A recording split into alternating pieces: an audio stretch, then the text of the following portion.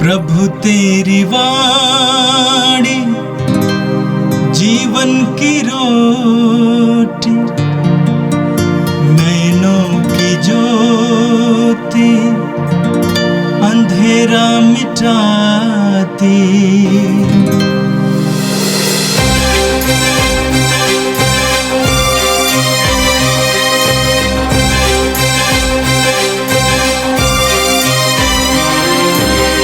प्रभु तेरी वाणी जीवन की रोटी, नैनों की ज्योति अंधेरा मिटाती। प्रभु तेरी वाणी जीवन की रोटी, नैनों की ज्योति अंधेरा मिटाती। वाणी वाणी वाणी वाणी वाणी पवित्र है, शाश्वत है, जीवन का मन्ना है। 16 मई शनिवार। पहला पाठ प्रेरित चरित अध्याय 18 पद संख्या 23 से 28। पौलुस कुछ समय अंतकिया में रहा, तब फिर विदा होकर उसने गलातिया और इसके बाद फ्रीजिया का भ्रमण करते हुए सब शिष्यों को ढाढ़स बंधाया।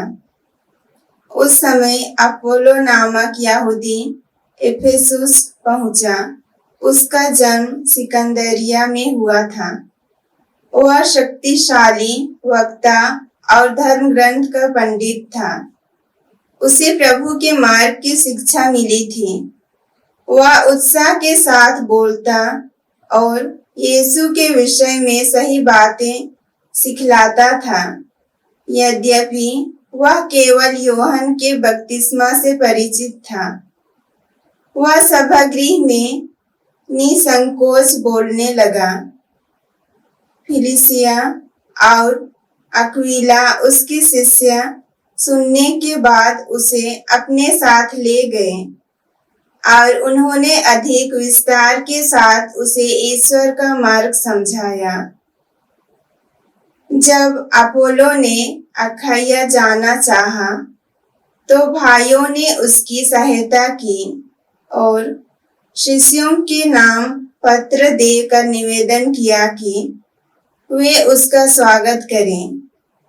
अपोलो के वहां पहुंचने के बाद उससे विश्वासियों को ईश्वर की कृपा से बहुत लाभ हुआ, क्योंकि वह अकाट्या तर्कों से यहूदियों का खंडन करता और सबके सामने धर्म ग्रंथ के आधार पर यह प्रमाणित करता था कि यीशु ही मसीह है। यह प्रभु की वाणी है। संत यूहन्ना के अनुसार प्रभु का सुसमाचार अध्याय 16 पद संख्या 23 से 28 तक। मैं तुम लोगों से कहता हूँ, तुम पिता से जो कुछ मांगोगे वो तुम्हें मेरे नाम पर वही प्रदान करेगा। अब तक तुमने मेरा नाम लेकर कुछ भी नहीं मांगा है। मांगो और तुम्हें मिल जाएगा, जिससे तुम्हारा आनंद परिपूर्ण हो। मैंने तुम लोगों से ये सब दृष्टांतों में कहा है। वो समय आ रहा है जब मैं फिर तुम लोगों से दृष्टांतों में कुछ नहीं कहूँगा, बल्कि तुम्हें स्पष्ट शब्दों में पिता के विषय में बताऊँगा। तुम उस दिन मेरा नाम लेकर प्रार्थना करोगे। मैं नहीं कहता कि तुम्हारे लिए पिता से प्रार्थना करूँगा।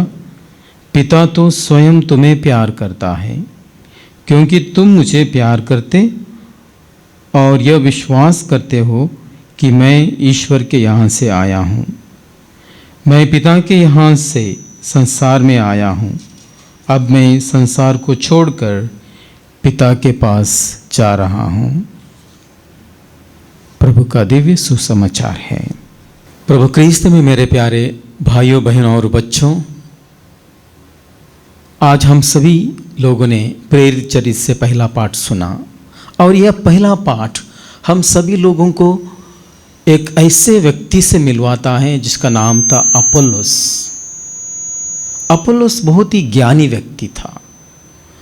धर्म ग्रंथ के बारे में उसको बहुत अच्छी तरह से जानकारी थी और उसके अंदर एक उत्साह भी था प्रभु के सुसमाचार फैलाने का, लेकिन शायद उसके अंदर प्रभु का अनुभव थोड़ा कम था। इसलिए जब प्रिस्किल्ला और अक्विला ने उसके सुसमाचार फैलाने की शैली को देखा, उन्होंने उनको अपने पास बुलाया और अपने अनुभव को उनके साथ साझा किया। और उसके बाद हम लोग देखते हैं कि किस प्रकार बहुत ही उत्साह के साथ वो बाहर जाते हैं, प्रभु के सुसमाचार को फैलाते हैं। तो इसलिए आज के पहले पाठ में हम लोग 3 चीज़ें सीखते हैं। सबसे पहले, हमें केवल ज्ञान पर्याप्त नहीं है, हमें ईश्वरीय अनुभव की ज़रूरत है। जैसे हम लोगों ने देखा, अपोलोस बहुत ही ज्ञानी व्यक्ति था, वो शास्त्रों को जानता था, बोलना जानता था, लेकिन उसके पास ज्ञान की कमी थी या अनुभव की कमी थी। और इसीलिए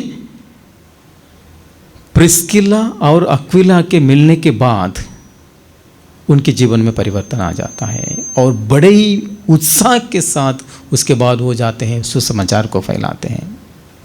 आज भी हम लोग बहुत लोगों को देखते हैं जो धर्म के बारे में जानते हैं, धर्म के बारे में शिक्षा देते हैं, प्रवचन देते हैं। कई लोग ऐसे हैं जो बाइबल के वचन को जानते हैं, प्रार्थना करते हैं, नियम जानते हैं, लेकिन शायद एक प्रश्न हमें पूछना है, क्या वे सचमुच प्रभु यीशु को जानते हैं, प्रभु यीशु को पहचानते हैं? उनके लिए प्रभु यीशु कौन है? क्या उस अनुभव को एक दूसरे के साथ साझा करते हैं? आज हमें ऐसे लोगों की ज़रूरत है जो जिन्होंने प्रभु को अनुभव किया है, स्वयं अपने अनुभव को जो दूसरों के साथ साझा करते हैं, वैसे लोगों से हम प्रभावित हो जाते हैं और उनके भाषण से, उनके प्रवचन से हम प्रभु को और जानने लगते हैं। दूसरी चीज़ हम लोगों ने देखें, अपोलोस के अंदर एक विनम्रता थी। कई लोग जो आजकल सुसमाचार फैलाते हैं या कई लोग जो ज्ञानी हैं, अगर उसको कोई और ज्ञान देने जाएंगे तो कहेंगे कि मैं ही तुमसे ज़्यादा जानता हूँ, मुझे कोई ज्ञान की ज़रूरत नहीं है। लेकिन यहाँ पर अपोलोस को हम लोग देखते हैं, 2 साधारण स्त्रियाँ, प्रिस्किल्ला और अक्विला, साधारण स्त्रियाँ थीं जो उनका विश्वास जरूर था, लेकिन ऐसे स्त्रियों ने जब उनको अपने पास बुलाया और ईश्वरीय अनुभव उनके साथ साझा किया और बहुत ही विनम्रता के साथ उस जानकारी को, अनुभव को वो स्वीकार करते हैं और प्रभावित हो जाते हैं अपने जीवन में और प्रभु के बारे में वो दूसरों को सुसमाचार फैलाने लगते हैं। इसलिए सूक्ति ग्रंथ अध्याय 9 पद संख्या 9 कहता है, बुद्धिमान को शिक्षा दो और वो और बुद्धिमान हो जाएगा। जो विनम्रता के साथ ज्ञान या अनुभव को हासिल करने के लिए तत्पर है, ऐसे लोग और बुद्धिमान हो जाते हैं और ज्ञान से भर जाते हैं। और बहुत ही ध्यान देने की बात है, ईश्वर 2 साधारण स्त्रियों को परमेश्वर का ज्ञान देने के लिए उपयोग करते हैं। ज़रूरी नहीं है कि हमेशा जो ज्ञानी लोग ही ज्ञान प्रदान कर सकते हैं। हम साधारण स्त्रियां, साधारण लोग भी अपने अनुभव को जब एक दूसरे के साथ साझा करते हैं, उसके द्वारा भी हम लोग प्रभु को एक दूसरे को हम लोग दे देते हैं। तो इसीलिए हर एक को जो वरदान मिला है उससे एक दूसरे की सेवा करने की आवश्यकता है। पेतरुस के पहले पत्र में अध्याय 4 पद संख्या 10 में हम लोग पढ़ते हैं, हर एक व्यक्ति अपने वरदान के अनुसार प्रभु के सुसमाचार को फैला सकता है।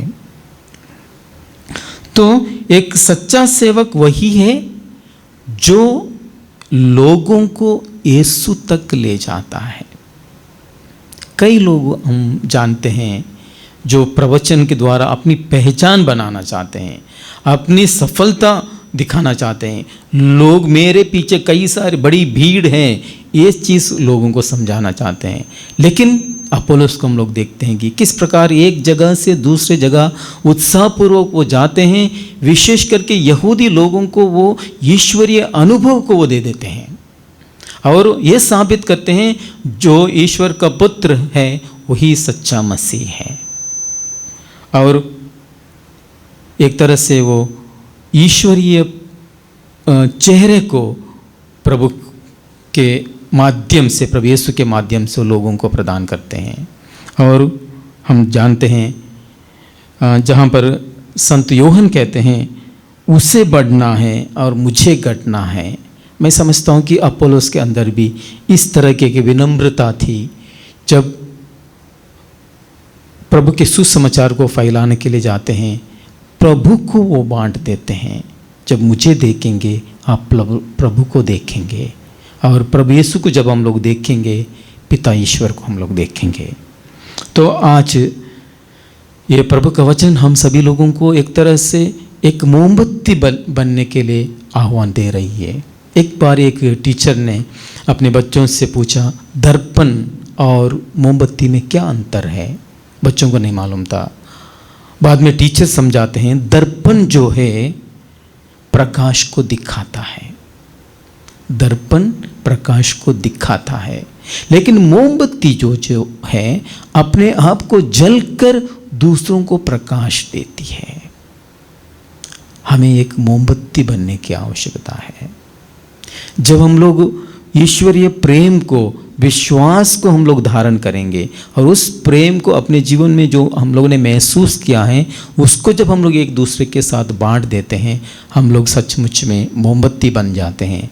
केवल ज्ञान नहीं, सिर से हम लोग ज्ञान नहीं देते हैं, बल्कि हमारे दिल से जो अनुभव हमने हासिल किया है उसको हम लोग एक दूसरे के साथ साझा करते हैं। तो इसलिए आज का पहला पाठ सबसे पहले हमें यह कहता है कि ज्ञान पर्याप्त नहीं है, अनुभव, ईश्वरीय अनुभव हमें ज़रूरी है।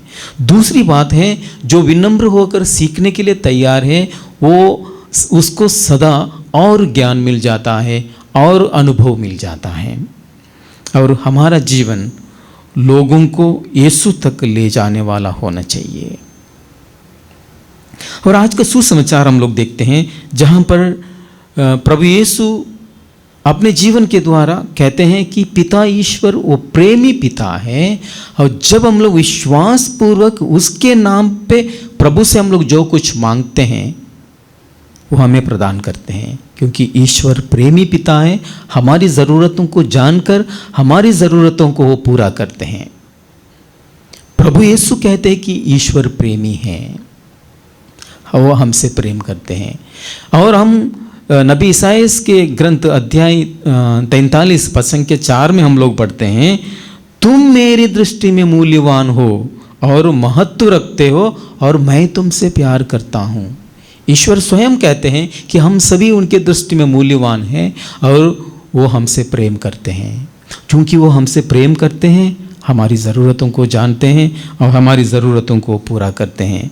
जिस प्रकार संत मत्ती अध्याय 7 पद संख्या 11 में कहते हैं, यदि तुम बुरे होकर भी अपने बच्चों को अच्छी वस्तुएं देना चाहते हो तो तुम्हारा स्वर्गिक पिता अपने मांगने वालों को अच्छी वस्तुएं क्यों ना देगा।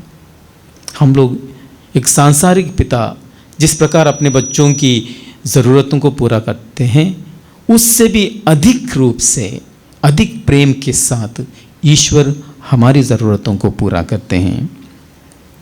और नबी ईसाइयास अध्याय 49 पद संख्या 15 में कहते हैं, क्या कोई स्त्री अपने दूधमय बच्चे को भुला सकती है? चाहे वो भूल भी जाए मैं नहीं भूलूंगा।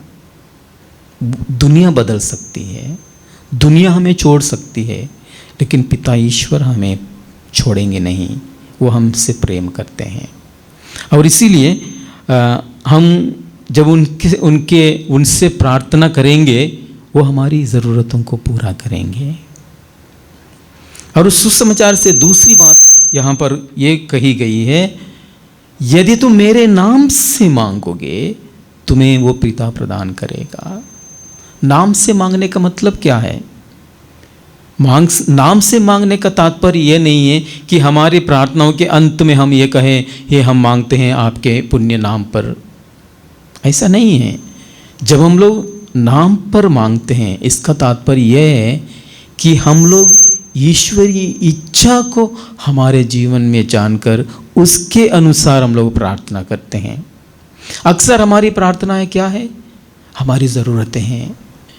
मुझे सफलता चाहिए, मुझे नौकरी चाहिए, मुझे बीमारी से चंगाई चाहिए। इस तरह से हमें जो कुछ हमें चाहिए, जो हम एक तरह से हम कहेंगे कि शॉपिंग लिस्ट लेकर हम लोग प्रभु के पास जाते हैं और कहने लगते हैं कि मुझे ये चीज़ चाहिए। लेकिन प्रभु यीशु चाहते हैं कि हम उससे एक कदम आगे बढ़कर प्रार्थना करें। जिस प्रकार संत मत्ती के सुसमाचार अध्याय 6 पद संख्या 33 में कहा गया है, पहले परमेश्वर के राज्य और उसकी धार्मिकता की खोज करो और ये सब चीज़ तुम्हें यूं ही दी जाएगी। हमें अपने जीवन में हमेशा परमेश्वर के राज्य की और उसकी धार्मिकता की खोज करना है। यानी कि हमारी प्रार्थनाओं में ना केवल अपने जो ज़रूरतें हैं, जो सांसारिक ज़रूरतें हैं उन चीज़ों के लिए, बल्कि हमें अपने जीवन में पवित्रता में आगे बढ़ने के लिए, हमें अपने जीवन में क्षमा करने वाला हृदय प्रदान करने के लिए, धैर्य देने के लिए, प्रेम के लिए, विश्वास के लिए और पवित्र आत्मा के लिए हमें प्रार्थना करनी चाहिए। और तब हम लोग ईश्वरीय राज को खोजते हैं, ईश्वरीय राज की धार्मिकता को खोजते हैं और तब ईश्वर हमारी प्रार्थनाओं की सुनवाई करते हैं। परमेश्वर हमारी कमजोरियों को नहीं देखते हैं, वो प्रेमी पिता है। हम कितने भी पापी क्यों ना हो, वो हमारी ज़रूरतों को पूरा करते हैं। हम लोगों ने उड़ाऊ पुत्र की कहानी में बहुत अच्छी तरह से सुना है। जिस प्रकार उड़ाऊ पुत्र पिता के पास लौट के आता है, पिताजी उनको ये नहीं गिनाते कि तुमने क्या क्या पाप किए थे और तुम अभी इस वक्त क्यों आए हो, ये नहीं पूछते हैं, बल्कि उन्हें दौड़कर उनके पास जाते हैं, उनका आलिंगन करते हैं और अपना प्रेम उन पर जताते हैं, उनको प्रकट कर देते हैं। और इसी प्रकार ईश्वर भी हमारी सारी प्रार्थनाओं को सुनते हैं, चाहे कितने भी पापी क्यों ना हम हो। हमें वो स्वागत करते हैं, हमें अपने जीवन में बदलने के लिए, हमें पवित्रता की ओर अग्रसर होने के लिए हम सभी को हम सबों की अगुवाई करते हैं।